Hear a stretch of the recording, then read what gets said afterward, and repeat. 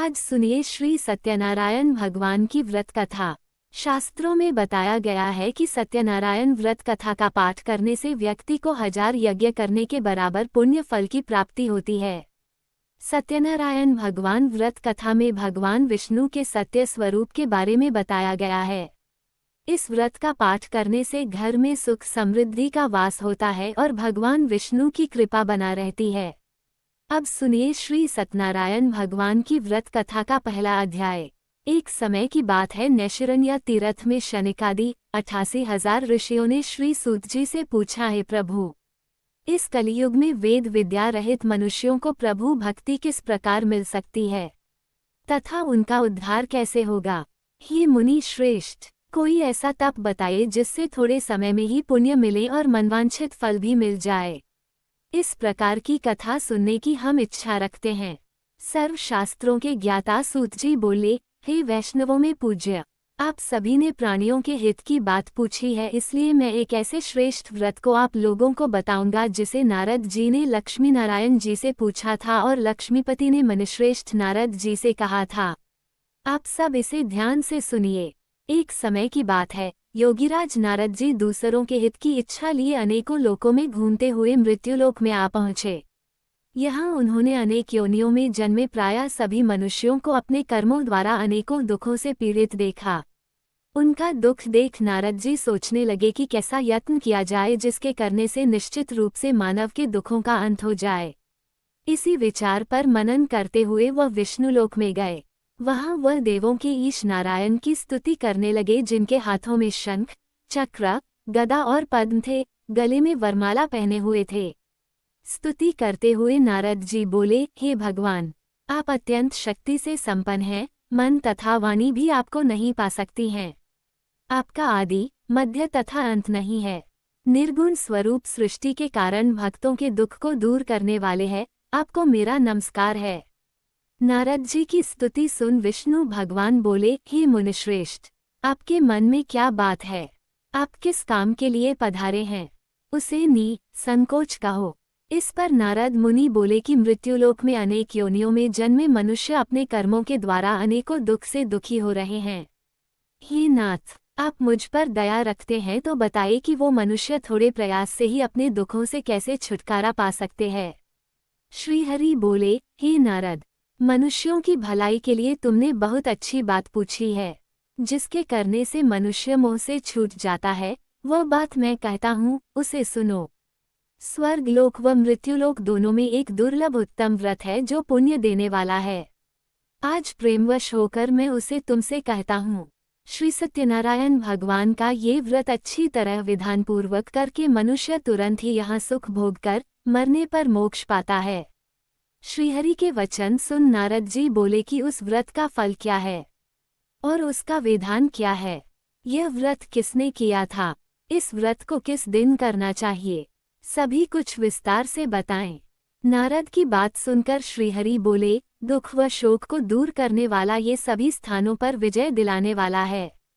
मानव को भक्ति व श्रद्धा के साथ शाम को श्री सत्यनारायण की पूजा धर्म परायण होकर ब्राह्मणों व बंधुओं के साथ करनी चाहिए। भक्ति भाव से ही नैवेद्य, केले का फल, घी, दूध और गेहूं का आटा सवाया लें। गेहूं के स्थान पर साठी का आटा, शक्कर तथा गुड़ लेकर व सभी भक्षण योग्य पदार्थों को मिलाकर भगवान का भोग लगाएं। ब्राह्मणों सहित बंधु बांधवों को भी भोजन कराएं, उसके बाद स्वयं भोजन करें। भजन कीर्तन के साथ भगवान की भक्ति में लीन हो जाएं। इस तरह से सत्यनारायण भगवान का ये व्रत करने पर मनुष्य की सारी इच्छाएं निश्चित रूप से पूरी होती हैं। इस कलिकाल अर्थात कलियुग में मृत्युलोक में मोक्ष का यही एक सरल उपाय बताया गया है। श्री सत्यनारायण व्रत कथा का पहला अध्याय संपूर्ण। बोलिए श्री सत्यनारायण भगवान की जय। सत्यनारायण भगवान की व्रत कथा का दूसरा अध्याय। सूत जी बोले, हे ऋषियों, जिसने पहले समय में इस व्रत को किया था उसका इतिहास कहता हूँ, ध्यान से सुनो। सुंदर काशीपुरी नगरी में एक अत्यंत निर्धन ब्राह्मण रहता था। भूख प्यास से परेशान वह धरती पर घूमता रहता था।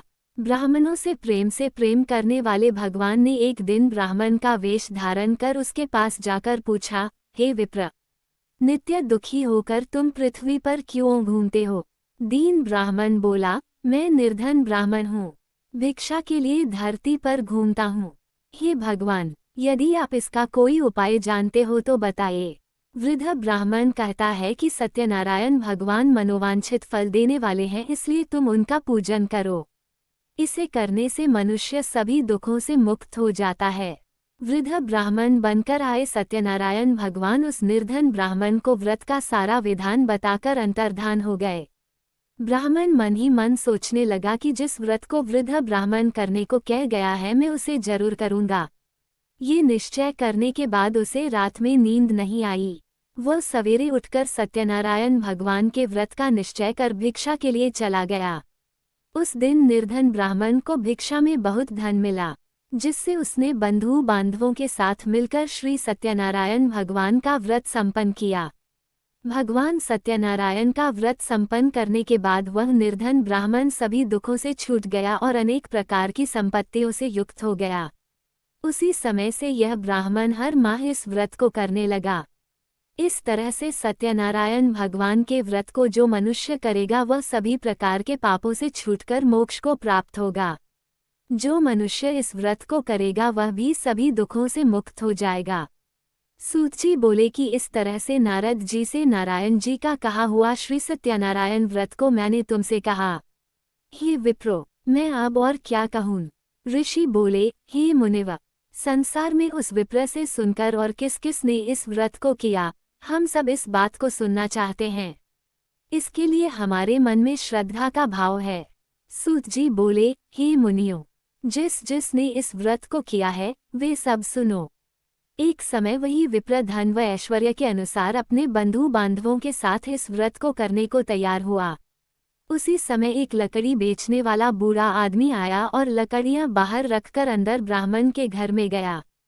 प्यास से दुखी वह लकड़हारा उनको व्रत करते देख विप्र को नमस्कार कर पूछने लगा कि आप ये क्या कर रहे हैं? तो उन्होंने बताया कि व्रत कर रहा हूँ तथा इसे करने से क्या फल मिलेगा, कृपया मुझे भी बताएं। ब्राह्मण ने कहा कि सब मनोकामनाओं को पूरा करने वाला ये सत्यनारायण भगवान का व्रत है। इनकी कृपा से ही मेरे घर में धन धान्य आदि की वृद्धि हुई है। विप्र से सत्यनारायण व्रत या के बारे में जानकर लकड़हारा बहुत प्रसन्न हुआ। चरणामृत लेकर वह प्रसाद खाने के बाद वह अपने घर गया। लकड़हारे ने अपने मन में संकल्प किया कि आज लकड़ी बेचने से जो धन मिलेगा उसी से श्री सत्यनारायण भगवान का उत्तम व्रत करूंगा। मन में इस विचार को ले बूढ़ा आदमी सिर पर लकड़ियां रख उस नगर में बेचने गया जहां धनी लोग ज्यादा रहते थे। उस नगर में उसे अपनी लकड़ियों का दाम पहले से 4 गुना अधिक मिलता है। बूढ़ा प्रसन्नता के साथ दाम लेकर केले, शक्कर, घी, दूध, दही और गेहूं का आटा ले और सत्यनारायण भगवान के व्रत की अन्य सामग्रियां लेकर अपने घर गया। वहां उसने अपने बंधु बांधवों को बुलाकर विधि विधान से सत्यनारायण भगवान का पूजन और व्रत किया। इस व्रत के प्रभाव से वह बूढ़ा लकड़हारा धन पुत्र आदि से युक्त होकर संसार के समस्त सुख भोग अंत काल में बैकुंठ धाम चला गया। श्री सत्यनारायण व्रत कथा का दूसरा अध्याय संपूर्ण। बोलिए श्री सत्यनारायण भगवान की जय। सत्यनारायण भगवान की व्रत कथा का तीसरा अध्याय। सूत जी बोले, हे श्रेष्ठ मुनियों, अब आगे की कथा कहता हूँ। पहले समय में उल्कामुख नाम का एक बुद्धिमान राजा था। वह सत्यवक्ता और जितेंद्रिय था। प्रतिदिन देव स्थानों पर जाता और निर्धनों को धन देकर उनके कष्ट दूर करता था। उसकी पत्नी कमल के समान मुख वाली तथा सती साध्वी थी। भद्रशिला नदी के तट पर उन दोनों ने श्री सत्यनारायण भगवान का व्रत किया। उसी समय साधु नाम का एक वैश्य आया। उसके पास व्यापार करने के लिए बहुत सा धन भी था। राजा को व्रत करते देखकर वह विनय के साथ पूछने लगा, हे राजन, भक्तिभाव से पूर्ण होकर आप ये क्या कर रहे हैं? मैं सुनने की इच्छा रखता हूँ तो आप मुझे बताएं। राजा बोला, हे साधु, अपने बंधु बांधवों के साथ पुत्रादि की प्राप्ति के लिए एक महाशक्तिमान श्री सत्यनारायण भगवान का व्रत व पूजन कर रहा हूँ। राजा के वचन सुन साधु आदर से बोला, हे राजन, मुझे इस व्रत का सारा विधान कहिए। आपके कथनानुसार मैं भी इस व्रत को करूँगा।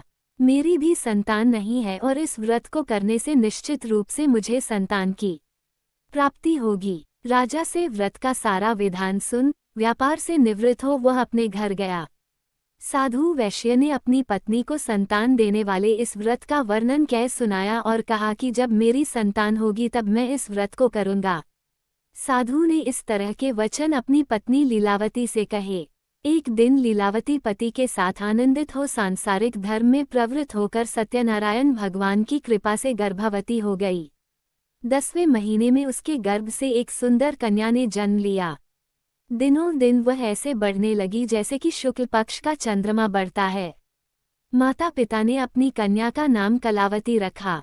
एक दिन लीलावती ने मीठे शब्दों में अपने पति को याद दिलाया कि आपने सत्यनारायण भगवान के जिस व्रत को करने का संकल्प किया था उसे करने का समय आ गया है, आप इस व्रत को करिए।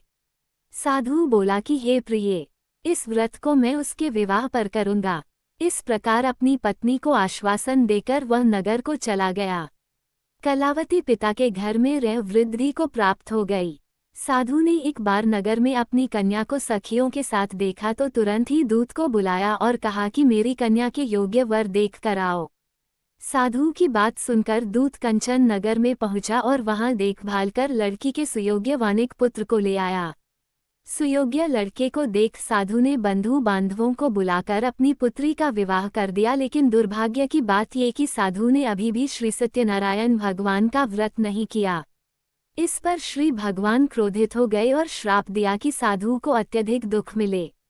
अपने कार्य में कुशल साधु बनिया जमाई को लेकर समुद्र के पास स्थित होकर रत्नासारपुर नगर में गया। वहां जाकर दामाद ससुर दोनों मिलकर चंद्रकेतु राजा के नगर में व्यापार करने लगे।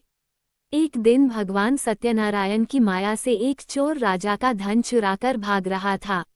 उसने राजा के सिपाहियों को अपना पीछा करते देख चुराया हुआ धन वहां रख दिया जहां साधु अपने जमाई के साथ ठहरा हुआ था।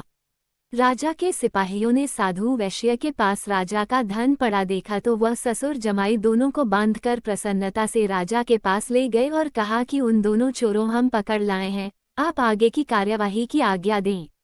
राजा की आज्ञा से उन दोनों को कठिन कारावास में डाल दिया गया और उनका सारा धन भी उनसे छीन लिया गया। श्री सत्यनारायण भगवान से श्राप से साधु की पत्नी भी बहुत दुखी हुई। घर में जो धन रखा था उसे चोर चुरा ले गए। शारीरिक तथा मानसिक पीड़ा व भूख प्यास से अति दुखी हो अन्न की चिंता में कलावती के ब्राह्मण के घर गई। वहां उसने श्री सत्यनारायण भगवान का व्रत होते देखा, फिर कथा भी सुनी। वह प्रसाद ग्रहण कर वह रात को घर वापस आई। माता के कलावती से पूछा कि हे पुत्री, अब तक तुम कहाँ थी? तेरे मन में क्या है?